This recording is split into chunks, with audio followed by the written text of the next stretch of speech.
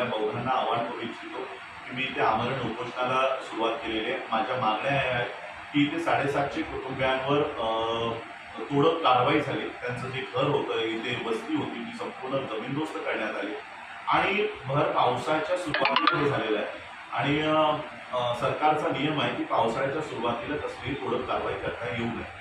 त्यामुळे ज्यांनी ही तोडक कारवाई केली, बीएमसीच्या लेटर हेडवर हे झालं। बीएमसीला हा अधिकार नाही, हा अधिकार जिल्हाधिकाऱ्यांचा आहे। असं असतानाही बीएमसीने ही घरं या ठिकाणी तोडलेली आहेत।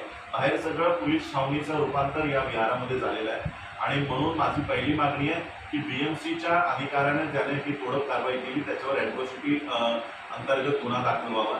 दुसरी मागणी आमची आहे की ज्या लोकांनी, पोलिसांनी सोनावणे या ठिकाणचे सिनियर पीआय आहे त्यांच्या नेतृत्वाखाली इकडच्या 750 लोकांना बेदम मारहाण करण्यात आली, 750 कुटुंबियांना। त्याच्यामध्ये गर्भवती स्त्रिया आहेत, लहान